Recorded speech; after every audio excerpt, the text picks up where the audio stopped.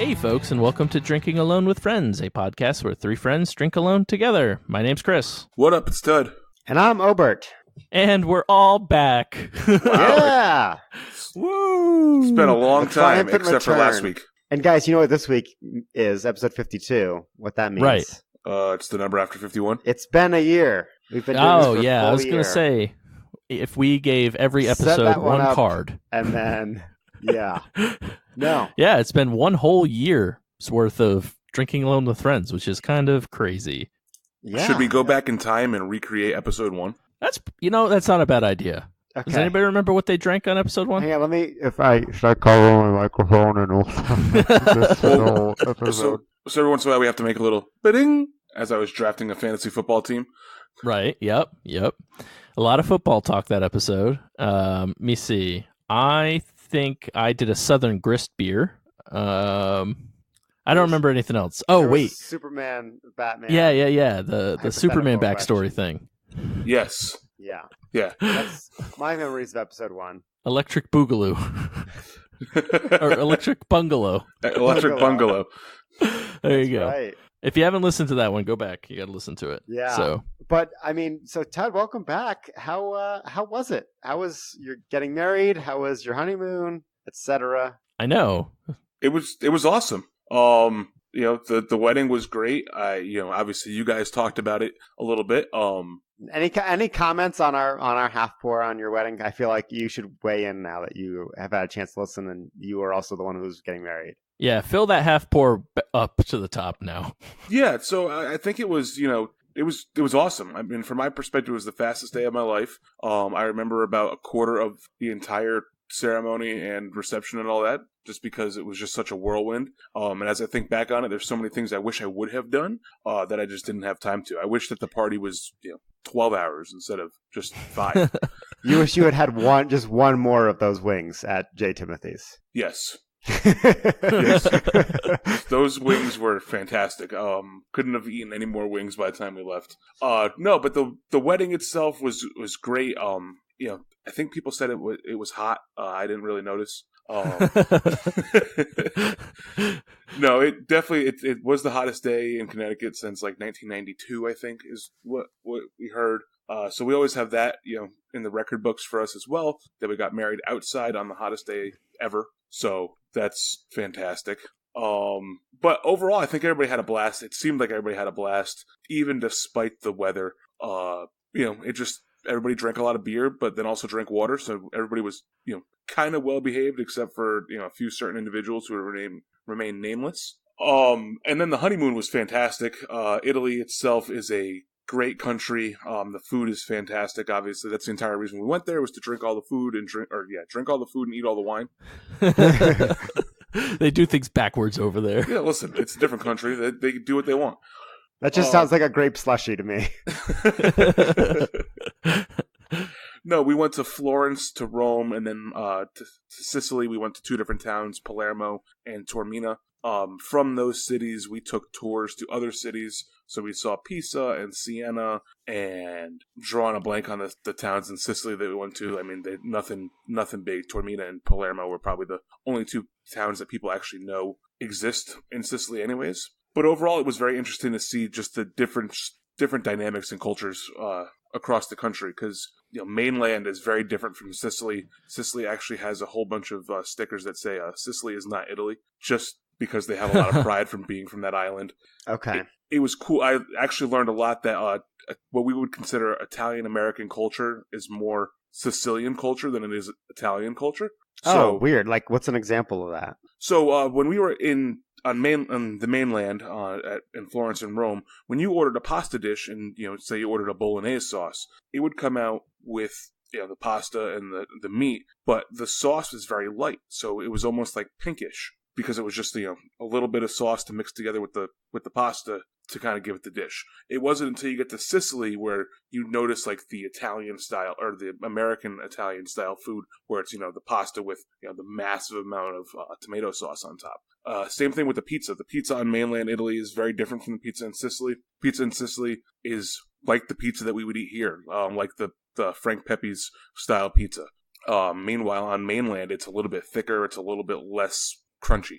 Sicilian style pizza, what we would call Sicilian style pizza here in America, is really some other word in Sicily, which is really just like stuffed bread. So it's very interesting. And then on Sicily, they have this thing called granata or granati, which is basically Italian ice. Think about like when you go to the store and get the little cup and you have to scrape it with a spoon. Yeah, this is basically like a snow cone meets Italian ice, where it's softer, but it's all made out of fresh fruit and ice. It's fantastic. But that's a Sicilian thing. It's not an Italian thing. So it's just very, very interesting. And then being there, looking like I do, people tend to have thought that I was Italian. So I'd walk into any place and they'd instantly just start talking Italian to me, and I had to sit there and go English, or they would see Caitlin and they'd be like, oh. And then they'd have to start talking English to me. You. That's cool. That's funny. But so this is a drinking podcast. What? Tell us about the wine. The wine was fantastic. Important question. Did you get any back home? We did. We went to a winery and bought some wine, and they shipped it back for us. And then I also threw a bottle or two in my suitcase on the way back as well. That made it. So are you gonna feature it on the podcast at some point? Maybe. Again, this is a drinking podcast. I feel like this podcast may careen off a cliff if I had to drink an entire bottle of wine. You can share it with Caitlin. That is true. Yeah, she would enjoy that. Yeah, she can be a guest on the pod. But the wine is fantastic over there. Averaging like somewhere between $6 to $15 a bottle, and it's better than anything you can get in the United States. And obviously, when you go to a restaurant in the U.S., you can't get a bottle of wine that cheap. Yeah, it's pretty cheap. You said 6 to 15? Yes. Damn. The most expensive bottle. Dana the other day was like, "Can you buy this $22 bottle of wine?" I was like, "No, I'm going to buy this $15 beer though." The most expensive bottle of wine we bought at a restaurant was, I think, $22. Wow. Hey. We saved all the corks. You don't want to see how many corks we have because it's disgusting.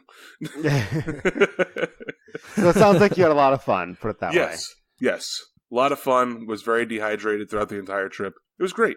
You just rehydrated with your Italian ice. Your right. What did you call it again? Granati. That was that did help. The gelato did not. Yeah. I don't know what that country over there. I don't know how all the people in that country are not 500 pounds and have to be rolled everywhere. They're all in shape and they're all skinny. Is it because they don't drive anywhere? They walk everywhere? Is that why? Oh no, they drive, and they drive like crazy people. Do they have like stoplights, or do they just go for it? They have stoplights, but the scooters, the Vespas, don't seem to follow the rules of the road, and they just kind of like weave in and out of traffic whenever the hell they feel like it. We didn't see one accident the entire time we were there, but I'm surprised that there's not 10,000 scooter deaths every day. Did you rent a car, or did you just go? Did you have other people drive the whole time? We had thoughts of renting a car until we saw them drive, and then we were like, "Nah, we're good." Yeah, that sounds smart. You stuck with the Vespas, right? I got it. At one point on the highway between towns, we were doing 180 kilometers, which is 115, I think, 110, something like that, That's in pretty miles fast. per hour. So these That's guys very just fast. fly. Sounds like it, yeah. I know, that's crazy. But I mean, we can talk more about on the other side, but I think we're all getting thirsty. It's been a while since you've done this, Tud, so we got to make sure that you quite remember how this podcast works. Oh, okay. So can you teach me? You want me to teach you? Sure. All right, fine. I'll teach you. Teach me. See, how to what we podcast. do is that we take local drinks and we drink them, and it's very good for everybody. Okay. Well, I mean, and it's the 52nd episode, so we really should reset like what we do and right. This is so we're rebranding. No longer drinking alone with friends. We are something not drinking alone with together. With Honeymoon stories with Tud. Yeah, on this edition of friends. Honeymoon Stories with Tud. Whoa! This beer is not the way I expected it to look. What does that mean? It's so pretty. Does it not look like a beer? It's one of the prettiest beers I've ever seen, I think. I don't know if you can see this. Well, it doesn't Our look... audience can't, so why don't you tell us about it? It looks right. brown. Yeah, I realize that's because I'm sitting in the cave. So this is Blackberry Bake Shop, which is a Berliner Weiss with blackberry, vanilla, and cinnamon. It is from Heist Brewery in Charlotte, North Carolina. So it's a local boy for me. And I mean, it doesn't come across very clear on the screen, but it's like a nice like it almost looks as though there's like crushed blueberries in it. So like a nice pinkish, purplish kind of beer. Look at the Instagram. It looks very hazy. Yeah, I was going to say, if you take a picture of it and throw it up on the Instagram, people will be able to see it. Oh, yeah. Gonna do that for sure. But yeah, very hazy. Can't see through it. Very thick, kind of thick looking. No head. The head kind of went away right away. So, but I'm pretty excited. So let's go ahead and let's give this thing a try. So since coming back from Italy, I have to admit I've been struggling on this beer drinking adventure. Like I drank so much wine that I don't taste. I'm struggling getting like the taste for beer again, I guess is more the comment. Interesting. It is interesting. I'm sure it'll come back. But it'll come back around. Just the next 52 episodes, Tud drinks only wine. Only wine. this wine this week. Yeah. Yeah. Hey, I live right down from the road from Total Wine. We've been there a lot since we've gotten back, and they have some like bottles for like $2.99. So there may be a segment coming. Where's the decimal in that price? $2.99. Okay. Because they also have wines that are $2.99. Oh, they probably have them for $299 as well. Yeah. But there may be a future segment coming up that's like Tud drinks cheap wine live for the pod. We're workshopping the title. Yeah. Face your beers. TM. Face your beers. Total Wine Edition or cheap wine. Tud's weekly wine. There you go. Yeah. You can have that one for free. So this beer is not what I expected, especially from the look of it. I do get some blueberry in it, but the vanilla and cinnamon really come through pretty strong. It almost kind of like, I don't know, just overpowers the blueberry, which is, I think, hard to do sometimes. Yeah, especially considering how it looks like a purple beer. I know. I'm very, very surprised. That is interesting. So how sweet is it? How sweet it is to be loved by you. There you go. It's starts off, hits you pretty good with some sour right up front, and then the vanilla and I assume the blueberry and it takes over and kind of sweetens out towards the end. So it doesn't like stay sour, but it does hit you pretty good up front with like a nice hit of sour. It's not crazy sweet, but it definitely is. It definitely starts sour and tails off. And remind me again, this is a Weiss beer, correct? Yeah, a Berliner Weiss, yes. So it's very interesting. Just a lot of stuff going on. It sounds like it. Yeah, and it sounds like not your typical Berliner Weiss. No, I've had a lot of like fruit sours that have had lactose in them. I don't know, I think the cinnamon's really kind of throwing me off a little bit. Not a bad beer by any means, but just I think it's throwing me off a smidge. I think without the cinnamon, it probably would have been a better beer, in my opinion, which means literally nothing. So, hey, I mean, it's your podcast. We can. Your opinion's valuable here. I guess we trust it a lot. True. Yeah. So, with all that being said, what would you rate it? Yeah, I'm gonna give this one more sip for just to make sure. And don't want to rate it prematurely. I definitely fucked that one up. It's Blackberry Bake Shop. Whoopsies. Oh, well. Yeah, we'll figure it out. I'll just record Blackberry and dub it over. Blackberry Bake Shop. Anyways, I would give this beer a 3 1/4. It's not a bad beer. I probably wouldn't get it again. But it is very interesting. I think without the cinnamon, I would have been way more into it. So, and if you had to take a guess, what does the Untapped universe rate this as? I'm gonna guess 3.76. Close, but no cigar. 3.87. Oh wow. Okay. Yeah, I figured it looks like it would be something that people would like. I don't know. The can just has a nice polished look to it. It looks as though they put it out a lot, so I assume that they. What do you mean polished look? What does the can look like? I don't know.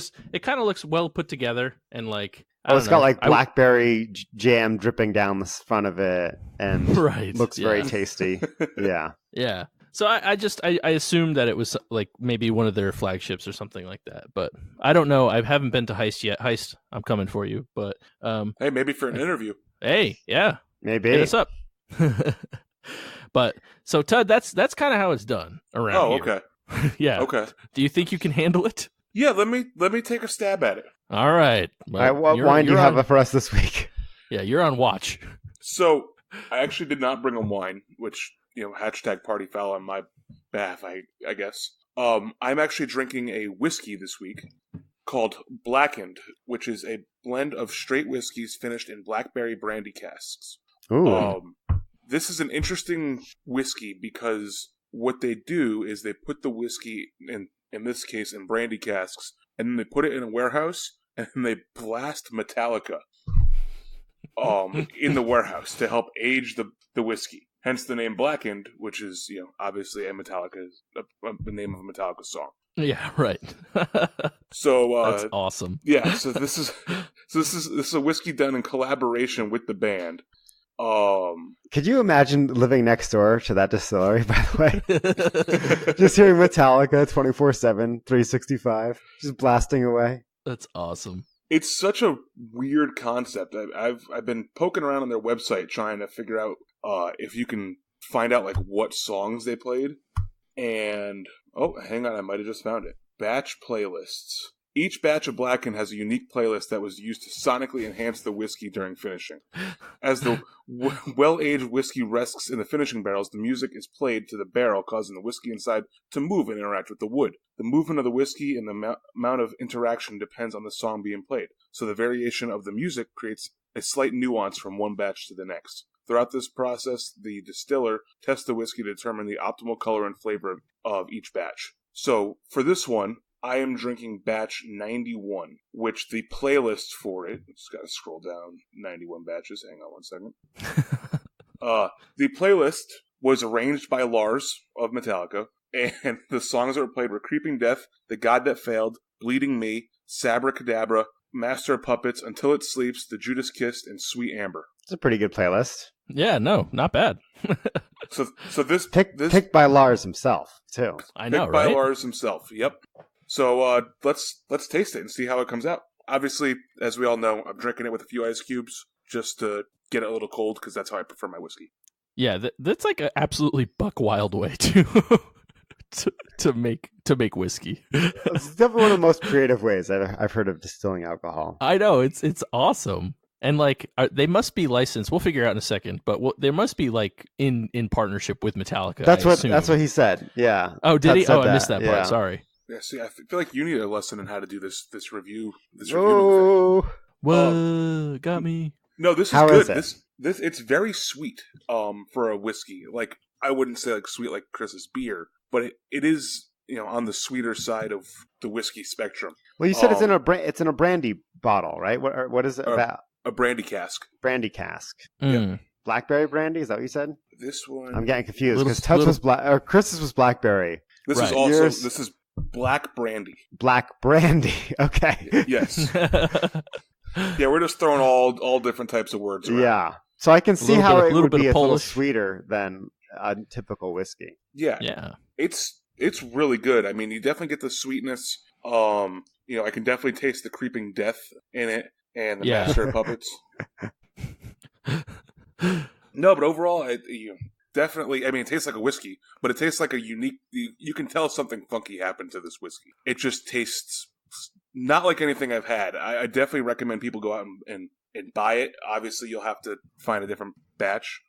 There's there appears to be over 100 different types of batches. So go out to your nearest store and buy one. But overall, a lot of oaky flavors. You definitely get a little bit of a brandy flavor. I'm assuming that the sweetness is probably the black brandy versus regular brandy. I don't really know. I'm not a brandy drinker. But overall, I like it. I would probably give this probably a 4.0. I think that, part of what intrigues me about it is the fact that it is in partnership with Metallica, and I can go on here and click the Spotify link and listen to the playlist that my whiskey was aged in while I'm drinking the whiskey. That's Yeah, awesome. That is pretty sweet. Yeah. So while you do that royalty free in the background, why don't I move on to my beer? Sure. So this week on the podcast, I have the Spreacher IPA, Spreacher India Pale Ale. I don't know if you've heard of these guys before. I think they've been around for a long time. I know they've been around for a long time. They are from Glendale, Wisconsin. Never just heard. wanted to share a little bit about the brewery. Randy Spreacher was a former Pabst Brewing Company brewing supervisor. He founded Spreacher Brewing Company in Milwaukee in 1985 with an emphasis on German-style beers, which continues to this day. They like to brew Maybachs, Oktoberfest, Hefeweiss, Schwarz beers, that kind of stuff. They've since moved, in 94, they moved to Glendale, Wisconsin, and they've established themselves as significant contributors to the city of Milwaukee's impressive brewing tradition, which reaches far beyond the presence of the current mega brewery that's based in the city. I didn't know this. I thought this was interesting. That in the late 19th century, where is it? Were they referring to Milwaukee's best there, by the way? But I didn't know this, that before Prohibition, there were 80 breweries in Milwaukee. That's probably why they have the Brewers, right? That's Milwaukee. Yes. Yep. Oh, by the way, the major brewing company that's based in Milwaukee is Miller. Okay. Yeah. That makes sense. I don't know why I didn't think of that. But yeah, so with all that being said, cheers. Here's some Spreacher IPA. Looks dark. Yeah. Yeah, no, it is definitely a darker IPA. But I can see your face through it, too. Yeah, it's filtered. I mean, it's not cloudy, but it's definitely more of an amber-colored IPA than what I typically drink. This is definitely a more malt-forward IPA than I normally have. I guess that kind of makes sense, though, because you said that they did a lot of the more European styles. And what was it, German style, you said? Yeah, they do a lot of German-style beers. But to be honest, this one's not really doing it for me. I don't know. It's just as a basic IPA, this is a little too malty. This is very standard basic IPA, is what I would say. Which, I mean, if you're going to call your beer either India Pale Ale, I mean, that's what more do you expect, right? Hashtag basic ale.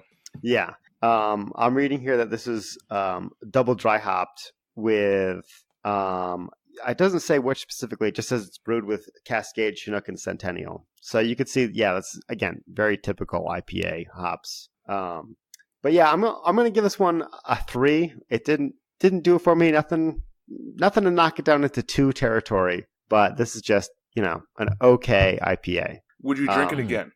Well, I still have 3 more in my fridge. So yes, I will drink it 3 more times and then probably never again. But I wouldn't go out of my way if I saw it on a tap list or anything like that. You wouldn't turn around and run in the opposite direction? No. If I was at a party and someone was like, hey, you got to try this beer, and handed me a Spreacher IPA, I'd be like, thanks, man, and then just quietly drink it until they asked, what do you think? And then I'd say, it's okay.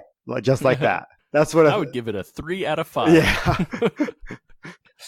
So what do you think the Untapped universe rated this? I want to say they gave it a 3.5.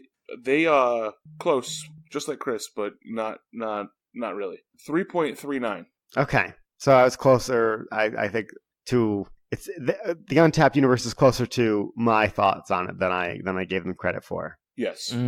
But it's a good podcasting beer. I'll say that. It's a good beer to just sit back, relax, and talk with some friends who are drinking alone with me. Ah, there you go. Yeah. Who's that? So when I was in Italy, I know a couple months ago we brought up the name of a brewery that I can't remember the news article about them, but I know it was some bad press. But I happened to stop in their brewery because when in Rome, as they say. I get it. So we went to Brewdog in Florence. So Brewdog is a brewery based out of the UK. They got in trouble a couple months ago for I remember what the story was. Their owner was hiring marketing people or bringing marketing people in and asking them to do a presentation for a job and then just stealing their ideas and not hiring the people. And he just kept on doing that and getting in trouble.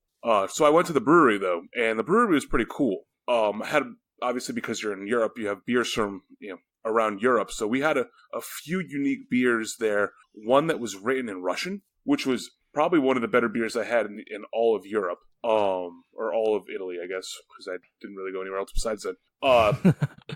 And then Brewdog's Brewdog's beers overall, I gotta tell you, but it was the tap list outside of their beers that was really interesting. I had a beer from Dublin.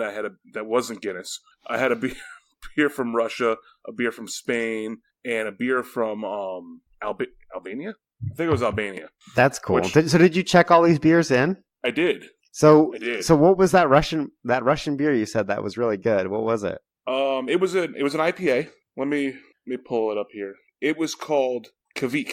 Kveik. Cool. And that was the name of the beer or the brewery? The beer, and it was the brewery was Ale Farm, I think is what it was called. Nice. I mean, I don't see too many imports around here, but next time I go into a import bottle shop, I'll definitely look in the Russian section, see if I can find it. Yeah, definitely from Ale Farm Brewery in Russia. But we'll throw up a picture on the Instagram. The can is all in Russian. It's actually really cool. That was the best beer I had in Italy. Other beers that I had were like the Green Path IPA from Dublin. Another one called La Balla Lovor from Florence. Just it was interesting to see that the beer culture is obviously alive and well in Europe. And, unknowingly to me, Italy has a pretty thriving beer scene as well. A lot of their beers, obviously, they're more Belgian style, but they're kind of catching on to the U.S.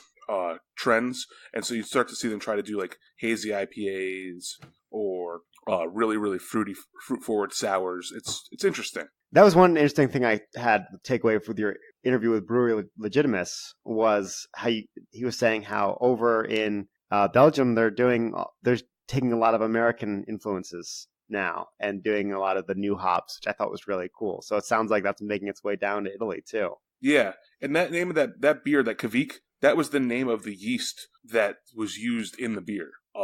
So it was just interesting. It's cool to see them blend together. A lot of their beers, like the Belgian style beers that they're adding, the new hops to in the U.S. style of brewing. You get a lot of interesting flavors that pop out. So just thought I'd share that tidbit with you guys too. Well, I wanted to ask about a couple other Italian drinks, and just real quick, we'd go through the list here. So did you have any Peronis? I did have 2 or 3 Peronis of different styles. So like the normal Peroni, then they had like a Peroni Gold, and that's like the Budweiser of Italy. Oh, it's like the. So surprisingly, the beer that we saw the most of was Birra Murray, I think. That was the one it was pretty much everywhere, or Birra Mikkeler. I thought it was going to be Peroni, but it wasn't. Oh, interesting. That's surprising to me. Yeah, it was pretty much everywhere that they had one certain beer. It's called Birra Moretti. Huh. What do you think of it? It honestly tasted just like any other lager. Boring lager. Yeah, I mean, I actually do prefer Peroni better, but this was the one that everywhere you went, this was the beer that they had. Every little convenience store you stopped into, that was the beer they were selling. If you saw beer bottles on the side of the road, that was the beer bottle. So it was just interesting to see that it wasn't, we think of it in the United States as, Italian beer is Peroni, but it really is this one. Birra Moretti. Well, let me continue my rapid fire questions here. So do you have any limoncello? Sure. I did. Of course, I brought some bottles back.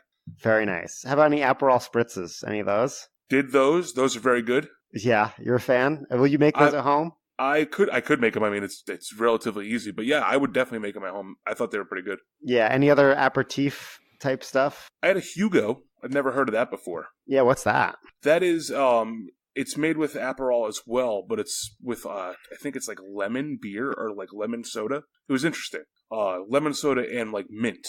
It was really good. I drank those. Good. I drank a lot of those. Nice. Yeah, no, that's pretty much it for my lightning round questions. Yeah, and then I drank a lot of Chianti and a lot of Nero Diavola wine, and not a lot of white. I mean, white's not really an Italian thing. It is in Sicily, but it's not really anywhere else. And by that point, when we got to Sicily, I was already adjusted to the red wine. I was like, I'm just going hard in the paint on this red wine all the time.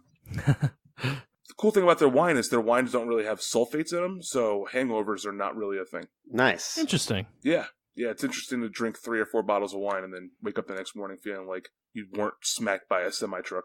3 or 4 bottles, that's a light day. Well, you space them out. I mean, yeah. Right. You drink one for breakfast, you drink one for lunch, you drink one for dinner, you drink one for after dinner. 4 bottles. Midnight snack. Yeah. It's easy. That's cool. So one more question. So you went for like what it seemed like a million years, but 2 weeks. you went to 2 weeks, 2 whole weeks in Italy. Correct. What was like if you had if there was one thing that you would recommend everybody do, what is it? Go to Italy. Okay. Wow. I guess that's fair. You heard it here, folks. No, I mean, the coolest. I mean, obviously, I was super pumped for the Coliseum, so that did not disappoint by seeing that live and in person. That's awesome. Did you watch like any gladiator matches or no? You know, I tried to challenge somebody, and they promptly ran away, screaming in terror. Yeah. So that was really cool to see that in person. We didn't plan on going to the Vatican, but once we were there, we were kind of like, well, we have to go to the Vatican. I mean, like I said before, when in Rome, you have to go to the Vatican. So we did that. We climbed St. Peter's Basilica all the way to the top, Cool. up the Duomo. So we were outside. We got to see the whole entire city of Rome from a really unique vantage point. I go into a lot of the small towns. Siena and Lucca are 2 towns in particular that stick out to me. Siena was just fantastic. It's just really cool. I would recommend people go to Sicily too. From a lot of people I talked to who have been to Italy, not a lot of them have gone to Sicily. So did you see less tourists there than you did at other Italian cities? Yes, we saw a lot of Italian tourists because they go to Sicily. It's like their vacation spot. Right. It's their Orlando. Oh. Yes, it's their Orlando. Taormina is in the shadow of Mount Etna, so you can see Mount Etna is the second most active volcano in the world behind the volcano on the Big Island of Hawaii. And so it constantly smokes and is constantly having lava runs, but it doesn't ever like explode like what you would think of a volcano. It just kind of... It's more of a drizzle than a big burst. Correct. So it's just really cool to see that in the background as it overlooks the Mediterranean Sea. I think under the radar, go to Sicily, and I know that that's kind of a very broad thing, but Palermo is considered the cultural capital of Italy. It's where they claim that Italian was first invented and spoken. Is Palermo on Sicily? Yeah. Okay. Yeah. That's where La Mafia is from. So it's a very weird city because it's safe. It's extremely safe, but you could tell that it's safe because something ain't quite right with the city. Yeah. Well, so final question for you is: how do you say "Can I see your drink list" in Italian? I just said, I would just order, house red wine, please. So how do you in English? No, Vino Rosa della Casa. There we go. That's what I was looking for. Yeah, that's house red wine, please. There you go. Awesome. Yeah. I mean, cool. I got by the end of the trip, I was able to get by small conversations in Italian. Partly because everybody talked Italian to me, so I was finally like, screw it, I'm going to play with Google Translate for a little bit and figure out how to say some stuff. Yeah. Yeah, you got to embrace the culture. Yeah. I learned how to order like a bottle of water with or without gas, which is seltzer water or sparkling water or not. Wow. They always want to know. Yeah. Yep, it's their biggest question. Sin gas, con gas. That's what it is in Peru. It's frizzanti in Italian. Frizzanti. Or no frizzanti. Yeah. That's cool. Did you learn how to ask to go to the bathroom? Because that's the one thing I'll never forget about Spanish. It's the same word. It's baño. Oh. It's just spelt different. It's BAGNO. And all of their bathrooms are labeled as toilets. So it's really easy to pick them out because it's the same word. So you just kind of sit there and go toilet, and they just kind of point at you and you go in there. Toilet? They point at you. Yeah. You're the toilet. Yeah. Toilet? Yeah, I am. Okay. Just making sure. Well, we're glad you're back. I'm sure you're not, but...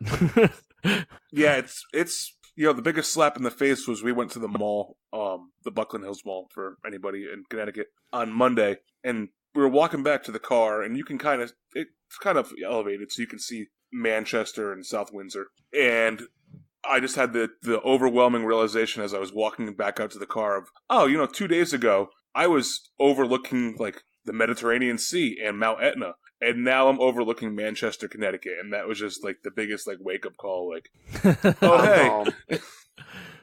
I'm home. Yep.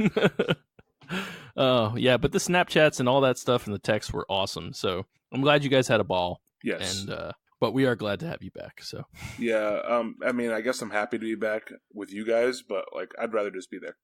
yeah, I mean, I guess you could still do this podcast from Italy, right? They have internet, right? Yeah, it's just a 6-hour time difference. I mean, we'd figure it out. We'd make it work. Yeah, we figure it out. You know, the funny thing was like you guys would be like texting each other because it was like 4:00 for Obert and 6:00 for you, Chris, and it was like I'm like going to bed. It's like midnight. I know it was really weird. Like you were texting, you would like text or send a Snapchat and it's like I don't know 2 a.m. and because I'm at work and I get Snapchats like ready for the day or something like that, and I'm like, oh, okay. Yeah, we wake up at like 7 or 8 a.m. And it'd be like 3 or 4 a.m. for you guys. Yeah, it was pretty funny.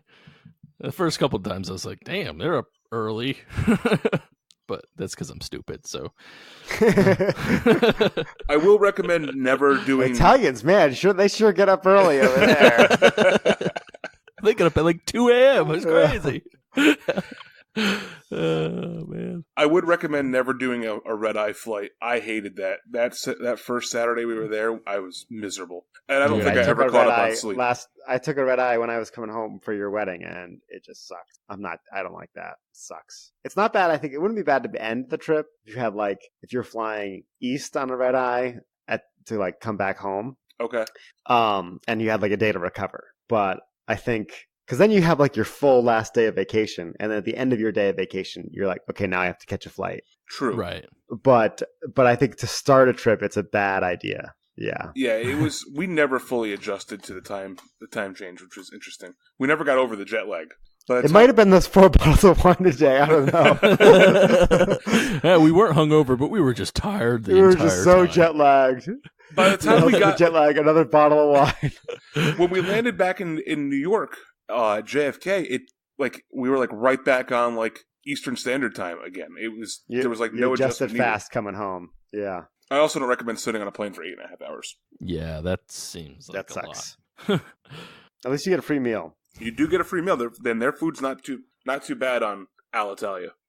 Oh, every comedian I've ever seen in my life is like airplane food. What's with this stuff? So maybe they mean it's really good. It's okay. I mean, it's not the worst thing I've eaten, but it's good. It's not as bad as everybody makes it out to be, and you get free wine. Oh, okay, that's the real tip there. Yeah, there you go. Fly to Italy, get free wine. So shifting gears back to America time, America stuff. Boo, America sucks. Whoa! We love the troops here. Hey, I didn't say anything about the troops. That's true. You didn't. That was a bold leap. All of America sucks except for the troops. Tud's claim.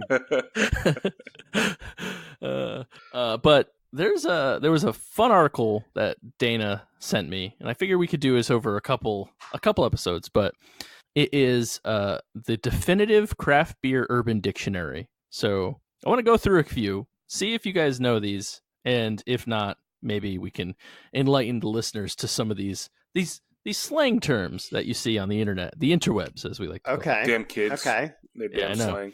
Get off my So lawn. we're going to start it off. The first one is beer wall, also known as a beer tower. Is this just when you stack up all your beer that you bought from your trip to Connecticut? Hey, there it is. Obert knows this one. Yeah. It's a bizarre thing New England IPA lovers do. After procuring their full allotments of a rare release, they head back to their apartments, neatly stack their cans into a wall of beer, and then photograph it for the express purpose of bragging on Instagram. Sounds familiar. Yeah, I wonder who's done that before. Yeah, for sure. Check out Instagram. See all the stuff I bought. What about BIN or bin? This is an online term. I don't know that one. Wait, isn't it just like a recycling bin? No. It stands for buy it now. So apparently online folks will like offer a rare beer for sale, and the first person to respond BIN is the one who gets dibs on it. Kind of silly. Yeah, that is. I mean, everybody needs a thing. And that's our thing. The next few are a little easier. We've talked about them. For example, cellar. So, where you save the beer, age it. Yep. Now, yeah, Ted, you're still finishing your cellar out in your garage, correct? Is that? Yeah, I'm going to move into. I have thought about this. I am going to relocate some of my beer into the basement once I discover how to get rid of the mice that I'm sure live down there. I recommend traps. Or a cat. Yeah. Caitlin can't have cats. Never No, mind. we actually talked about getting a cat today. So. There you go. So there might be a kid. Oh, man. That would be awesome. Caitlin wants to name it Fred, so. And if it's a girl, Frederica. It's not a great cat name, but it's funny. Hey, don't diss Fred or Frederica. Cats are Frederica. Don't diss my imaginary cat. It's gonna be so mad someday. That's my cat baby. Okay, next one is collabs. We've talked about those. Yeah, collaborations. Yeah, between two breweries. Yeah. It's when like two breweries come together to make a beer in one or the other's facility. Is that normally how it works? Yeah. Yeah. When two breweries love each other very much. Yeah. Sign a contract and brew a collab. So here's one that I hadn't heard of before. Glass Whale? You guys heard of that one? Is that like a rare like glass release? That's what I would imagine. Like it's like a hard beer to find in a glass. No, I'm talking like glassware. Like your cup, like Chris's cup is really hard to find. So yeah, yep. Tud's on the right track. I thought I was on Obert's side when we were going through this list originally. I thought it was like a bomber or something. That's something. I've been a part of enough treehouse groups where people are like, "Oh, there's a blue Teku glass out today," and I'm like, "Who cares? It's glass." Yep. Also, it's many enthusiasts have moved on to collecting rare glassware. These are usually released in concert with juice releases and are often Tekus. So there you go. Here's a good one. HazeBoiz. IPA fans. Yeah. Yeah, people who are just in it for the haze. Yep, there you go. A breed of beer fan, usually in his 20s, who strictly buys, trades, and drinks New England IPAs. It's funny because, so from what I can tell online, like brewers are just, a lot of brewers are like over the whole hazy IPA thing. Right. And they just want to brew like, I don't know, more traditional styles or like, oh, look, try my tasty lager. And all of their fans are like, more hazy IPAs now. I don't want your stupid Schwartz beer. It is funny. So good. Like, yeah, I mean, like, I don't say I'm not a strict haze boy, but I do enjoy myself some haze. So. Oh, yeah. You're definitely a haze boy. I think we all fall into that description. No, because these are like strictly New England IPAs, you know? I don't know. Maybe not. Who cares? But whatever. Yeah, I mean, it's sometimes we all want to embrace our inner haze boy. Yeah, that's true. Yes. Yeah. Although none of us did tonight. Yeah, it is true. No, it's very true. I've been, after being called out by Jenna, I'm going to try and bring a little bit different. Yeah, gentlemen, I have to let you know, I am a haze man. I have graduated. I am a hazeman. I'll be bringing hazeman beers from now henceforth. I'm a hazeman. Yep. I think I have a few more Trillium beers to drink on this podcast. So. Oh, great. Awesome. The fall of Trillium.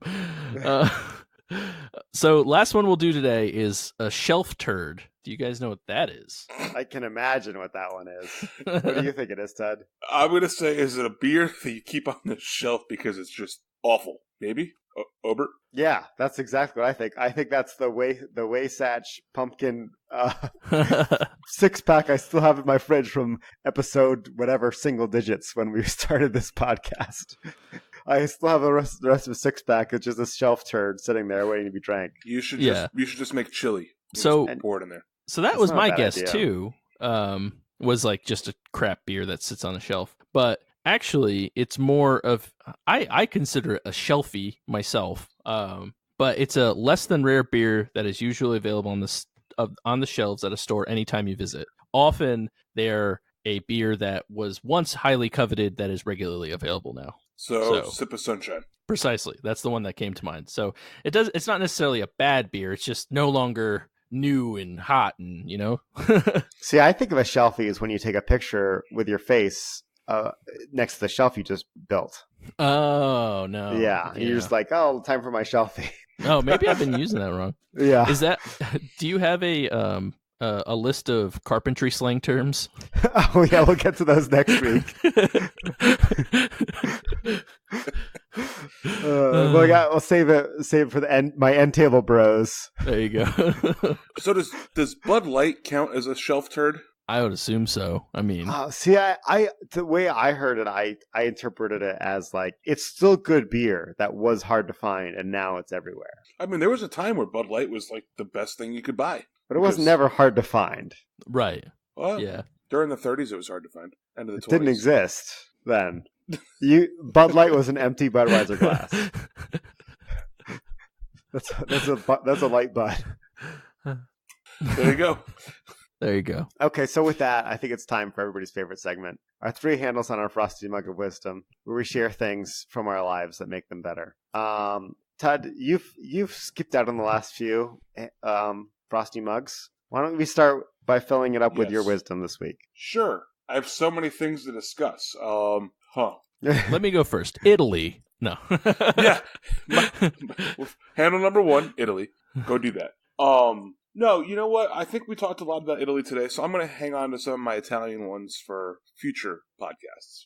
Today, I am going to... This is timely, so I'll do this one so it doesn't expire on me. Effective on August 7th, so as of... When you guys are hearing this, it'll be August 29th. So as of a few weeks ago, a certain band that has avoided being on any streaming platform released all their songs on into the streaming universe, and that band is Tool.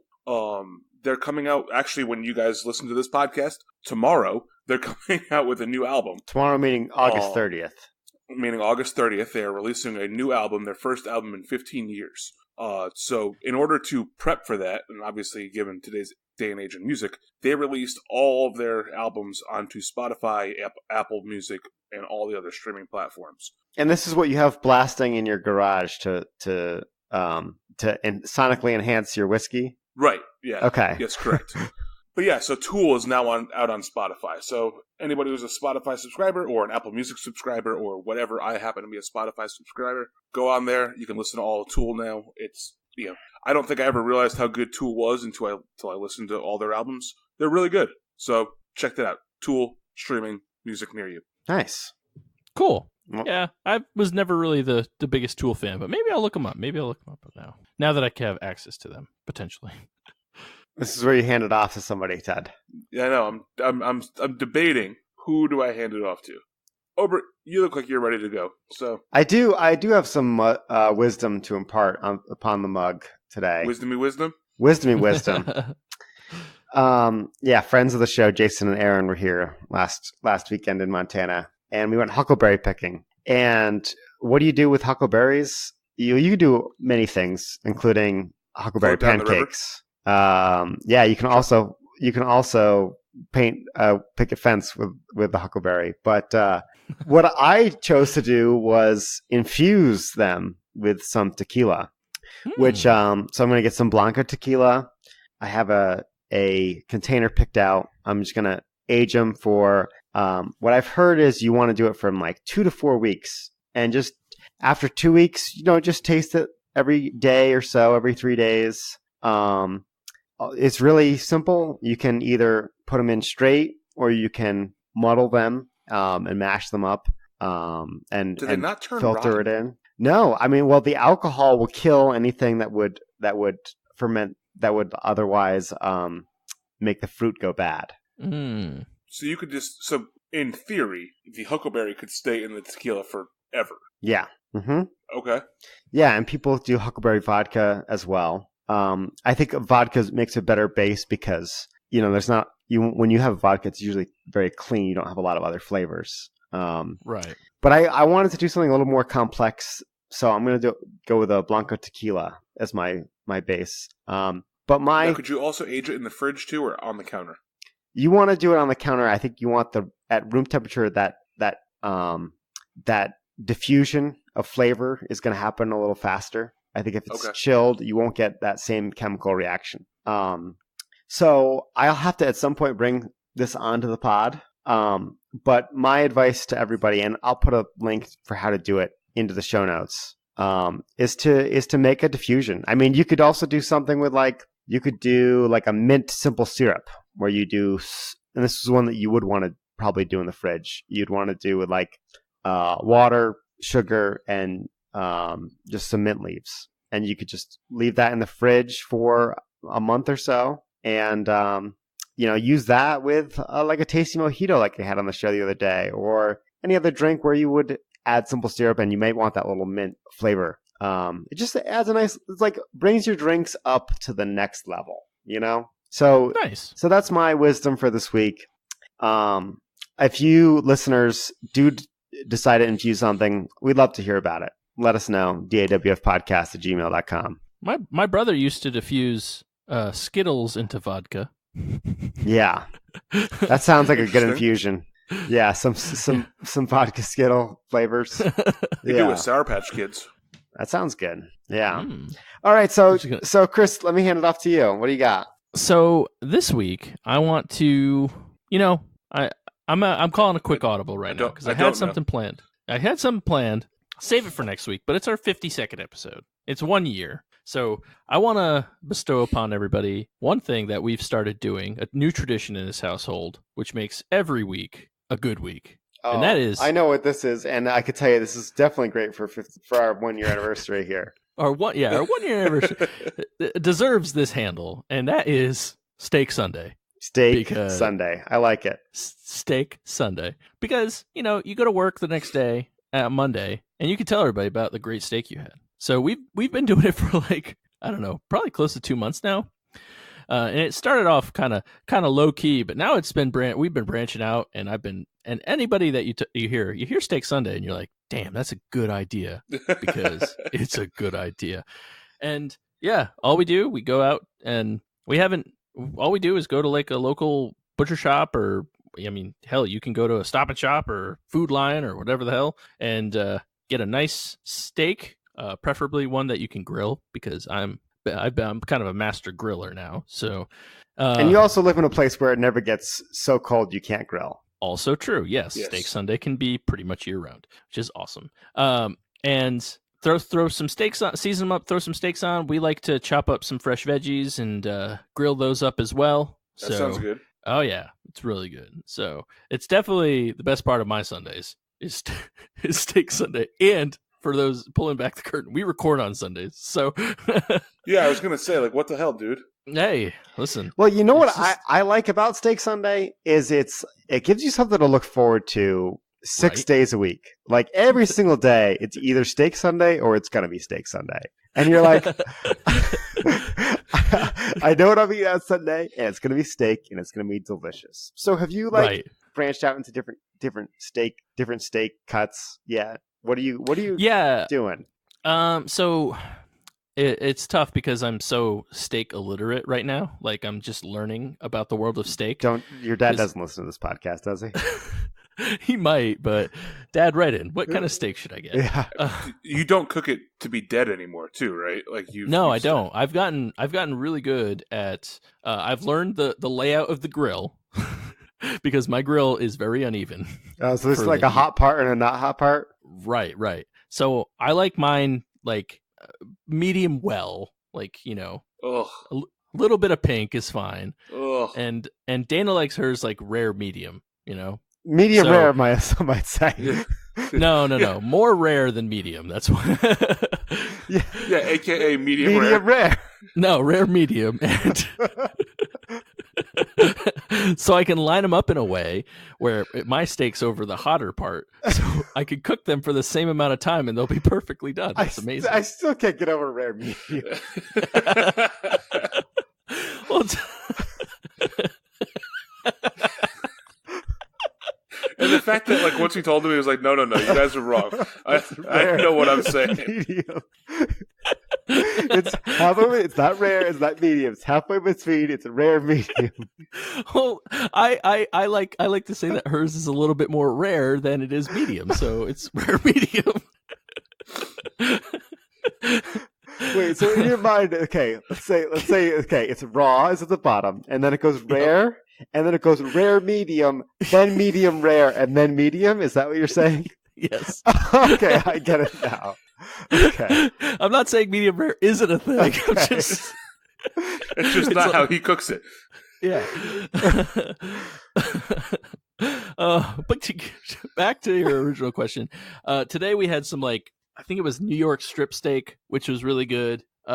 We've done T-bones, we've done some sirloins, we've done we kind of branch out, try a new thing every week or so. And it's pretty awesome. I can't wait till football starts because then it's going to be Steak Sunday and Football Sunday, and it's going to be amazing. So that sounds like but there you go. That's a good handle. If you haven't done it yet, start it, and then start tagging us on Instagram with those hashtag Steak Sunday pictures. Hashtag. I want to see this. I want to see this take off. Hashtag Untapped. Let's get on this. At DAWF At DAWF Podcast. Yeah. Please tag us in all your Steak Sunday pictures. I feel like Steak Sunday may catch on quicker than hashtag Untapped. Let's get on this. Or we can tie them together. That's our. I think that's our official, unofficial hashtag. Yeah. Well, I've been seeing LeBron James doing Taco Tuesday. I think this could be bigger than Taco Tuesday. Oh, for sure. Without LeBron James. So we, as you heard over the last few weeks, we kind of muddled through what we'd like to call an outro. Yeah. So do you want to show us a little bit how it's done, Tud? I think we all forgot. Hang